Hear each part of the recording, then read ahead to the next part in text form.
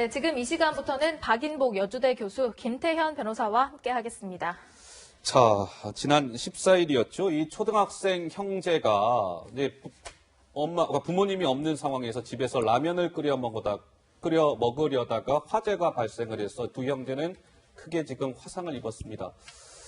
자, 그 당시 이 아이들의 신고를 받은 이 소방대원의 당시의 긴박한 상황이 목소리에 그대로 담겨 있었습니다. 먼저 듣고 오시죠.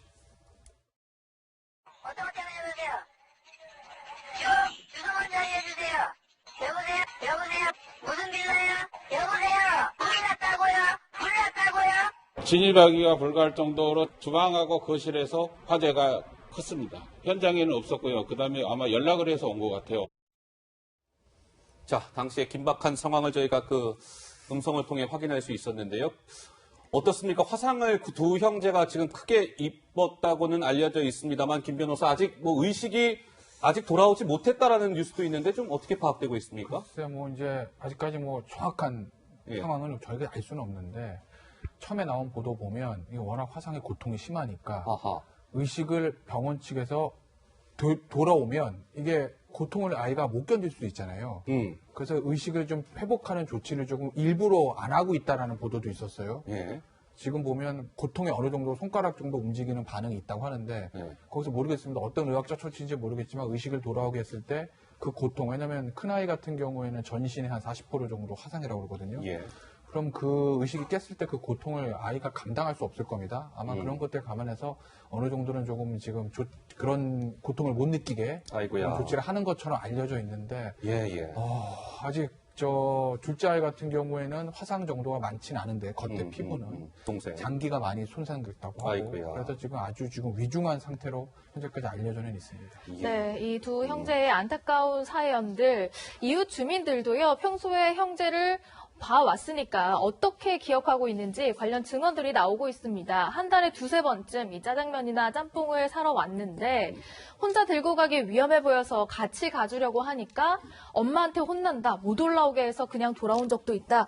이런 이웃들의 증언도 나와요, 교수님. 형제가 이제 평소에 생활하는 이런 모습도 그러게요. 주민들이 예. 봤을 땐 좀 심상치 않아 보였다라는 점들도 이제 드러나고 있는 것 같아요. 주변에 사후인데 신고도 있었고 예. 그 전에 사실은 경찰에 신고되기도 하고 해서 조금 방치한 거 아니냐, 방임한 거 아니냐. 사실은 공권력까지도 이 집을 들여다보고 있던 상황 속에서 이런 참사가 생겨서 주변으로부터 더욱 안타깝게 하는 것 같고요. 네. 사실은 이번 코로나 때문에 요즘 이런 사각지대가 더 늘어났을 것 같거든요. 네. 우리가 늘 항상 이런 일이 터지면 사후 약방문식으로 대책을 세우기도 하는데 좀 더 지금이라도 행정력을 총동원해서라도 사실은 재정은 이런 데 빨리 투입해야 될 문제가 아닌가 싶습니다. 네. 돌봄을 하는 돌봄 교사들도 늘리고 사실은 여기가 잘못되면은 좀 코로나19에 노출될 수도 있거든요. 장소도 좀 넓히고 이런 데 재정이 지금 빨리 시급하게 투입돼야 될 걸로 봐집니다. 네. 잠깐 말씀 중에요. 다른 얘기이긴 합니다만 좀 속보가 좀 전해졌다고 해서 잠깐 좀 전해드릴게요.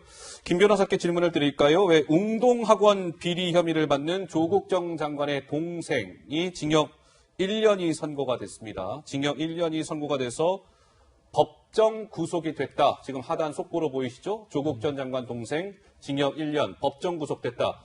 글쎄요, 이것 좀 어떻게 봐야 됩니까? 그래서 이제 아직까지 결과만 나와 있고요. 예. 어디서 무죄가 나오고 어디서 유죄가 나왔는지 그리고 양형 이유가 뭔지는 아직까지는 밝혀지고 아직까지 나오지 않습니다. 지금 초1부니까. 그런데 일반적으로 사실 징역 1년이라고 하면 단기 자유형이라고 합니다. 이게 짧다라는 거죠. 그러니까 징역 1년에 집행유예 2년에 3년 이렇게들도 많이 해줄 수도 있는 것이거든요. 그런데 지금 징역 1년에 실형을 선고했다는 거, 법정 구속? 법정 구속했다는 예. 거, 아무래도 이 죄질 자체를 조금 재판부가 안 좋게 봤다라고 할 수는 있죠. 물론 조국 전 장관 동생, 예를 들면 정경심 교수라든지 이거는 조국 전 장관하고 공범인 죄명도 있고, 네. 어떻게 보면은 조국 전 장관에 대한 이슈의 본류인데 사실은 조국 전 장관의 동생 같은 경우는 웅동학원 비리 문제니까 조국 전 장관에게 있었던 여러 의혹들 중에서 본류는 아니고 지루입니다. 예. 사실 조국 전 장관하고 직접적인 관계는 없는 거예요. 어찌됐건, 그렇지만 어찌됐던 국민의 좀 관심이 있었던 부분이고, 또 처음에 이제 지금 화면 보시는 것처럼 뭐 휠체어를 타고 나가면서 저게 뭐 아프네, 마네, 진단서가 어때네, 마네 여러 가지 얘기들이 있지 않았습니까? 그랬죠. 근데 어찌됐던 간에 징역 1년에 법정 구속했다라는 건 재판부가 이 사건 자체를 조금 죄질을 안 좋게 안 좋게 봤다는 봤다. 거는 알 수는 있는 거죠. 예. 그렇군요. 다시 뭐 가슴 아픈 사연이긴 합니다만 그 라면 형제 얘기로 좀 돌아가 보겠습니다. 그런데 그 화재가 발생한 날, 그러면 그 두 형제의 어머니는 어디에서 무엇을 하고 있었을까요? 형제 어머니는 그 화재 당시에 집에 없었습니다.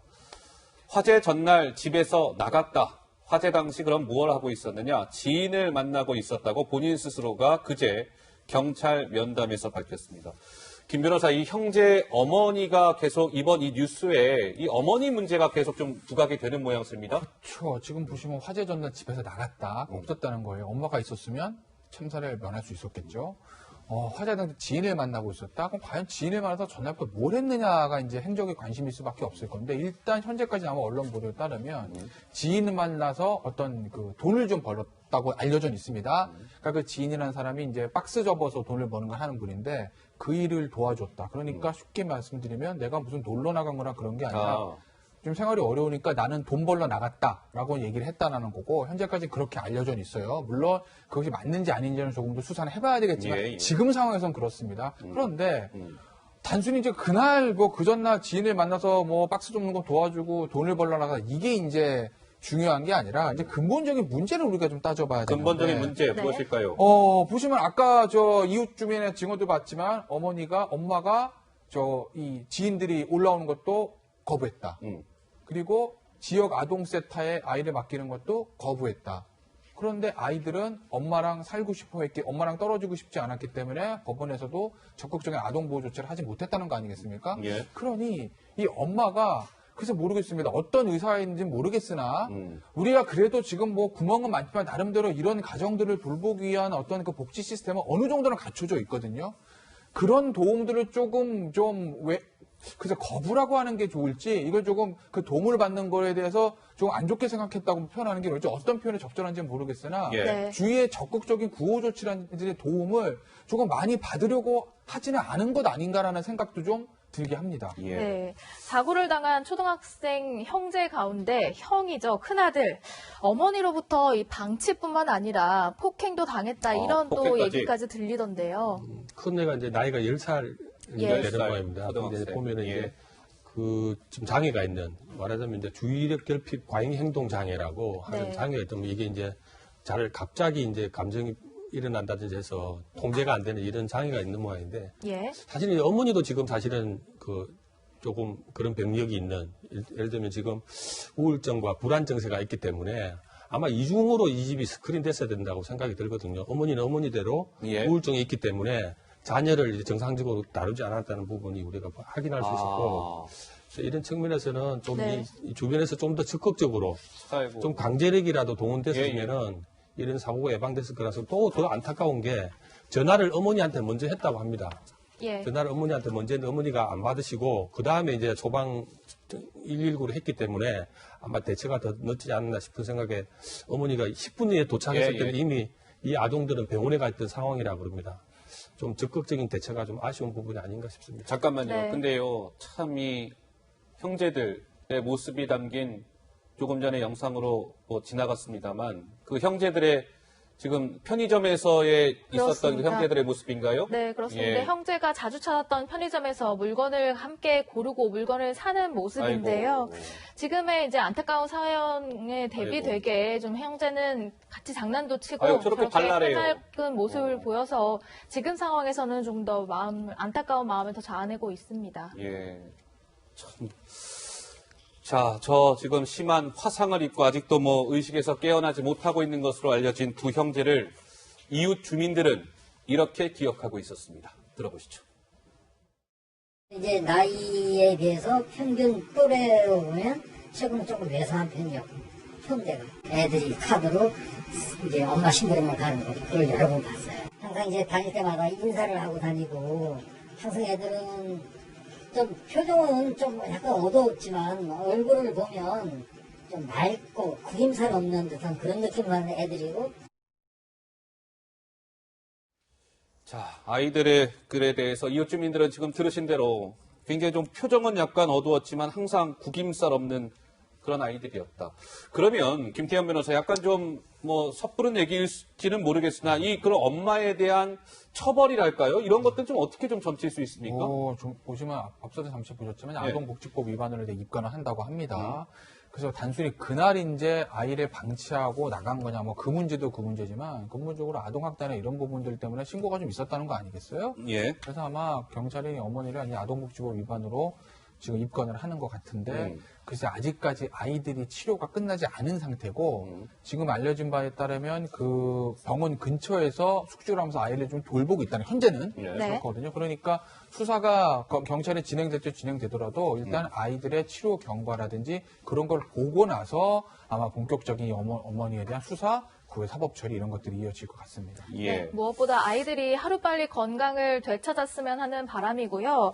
또 아이들에게 이어지는 또 후원의 손길들도 계속 이어지고 있다고 합니다. 응원을 보내기도 하고 이 주변의 지자체나 소방본부 등등의 이 아이들을 어떻게 하면 도울 수 있는지 계속 후원 문의가 잇따르고 있다고 하는데요.